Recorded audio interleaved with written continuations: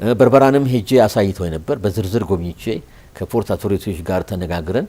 ያገኘሁት ሪዲንግ ስሜቱ ምንድነው ይሄው ተጠቀሙበት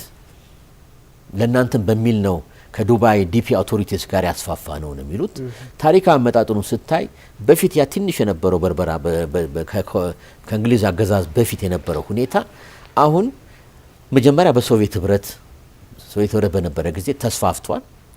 ሚሊተሪ ቤዛቸው ነበር ሶቪየቶች ለቀው ደግሞ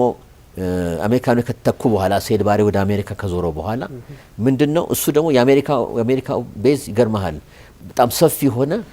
ዶክያርድ ያለው ሰፊ ቦታ እንደገና ደግሞ አሁን ደግሞ የተሰራው አራተኛ በለው ሰፊ ሆነ ለኢትዮጵያ ሊመጥን የሚችል ሌተስት የሆነ በዲፒ ኩባንያ የተሰራ ማውረጃ መጫኛ ክሬኑ ምኑ በደንብ የተደራጀ ሞደርን የሆነ ነው እና ይሄንን ፋሲሊቲ እናንተን ይላሉ